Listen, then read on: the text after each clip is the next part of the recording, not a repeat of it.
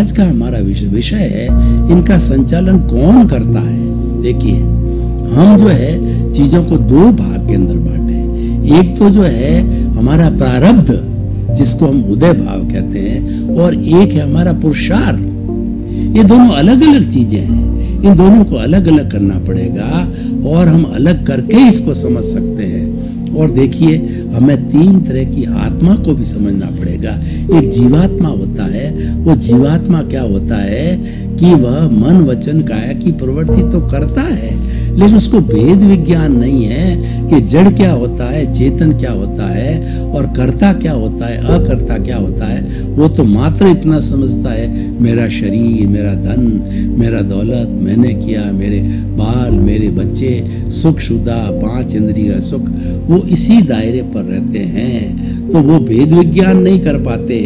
तो उनके तो मन वचन काया का जो संचालन है वो मात्र उदय भाव से होता है, मात्र प्रारब्ध होता है। जैसा वो पिछले जन्म से लेकर के आया, वो फिल्म खुलती रहती है और सुख दुख की अनुभूति करता है, और जब सुख आता है तो फिर अहंकार करता है, तो जब नया अहंकार करता है तो नई वो प्रतिष्ठित आत्मा बनाता है, और इस तरीके से साइकिल चलती रहती है। मतलब उसी के अंदर जो भोग रहा है उसमें तन्मयाकार होकर के नया बंध करता है।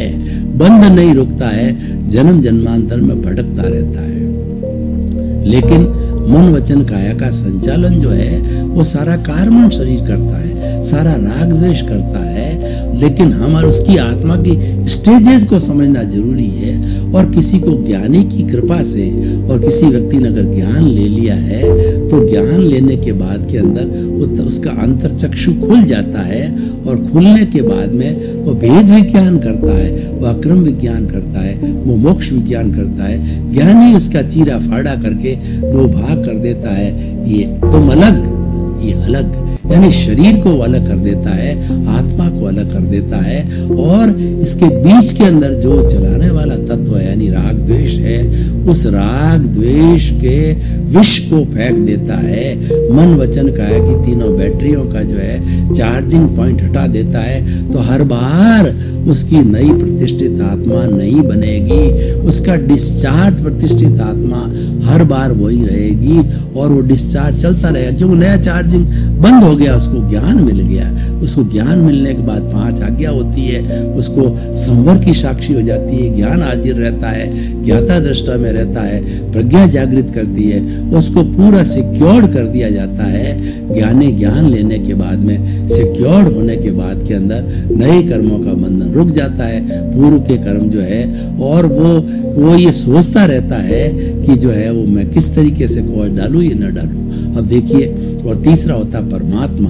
परमात्मा होता है वह सिद्ध बुद्ध मुक्त हो जाता है, और जब पूर्ण रूप से कार्मण शरीर जो कि मन वचन काया का संचालन करने वाला है उसको खत्म कर देते हैं, मन खत्म हो जाता है, वचन खत्म होता है, काया खत्म हो जाती है, और वो सिद्ध बुद्ध बन के ईश्वर परमात्मा बन जाता है। वो तो अगली स्टेज है। तो अब हम देखें कि मन वचन काया जो 3 कार्य की पद्धति होती है, इसका संचालन कार्मण शरीर करता है, राग द्वेष करता है। हमने 2 भाग बना दिए, पुरुष बन गए हैं, हमको पुरुषार्थ करना है। पुरुषार्थ क्या है?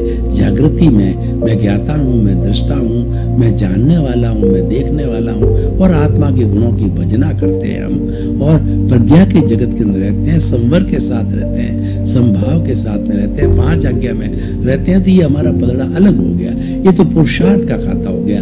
अब हम जो आज का जो विषय है ना, ये मन वचन काया जो है वो हमें ये भेद विज्ञान करना होता है कि ये मन वचन काया रूपी जो शरीर है वो पूर्व जन्म के कर्मों के भुगतान के लिए मिला है। Here lies the point.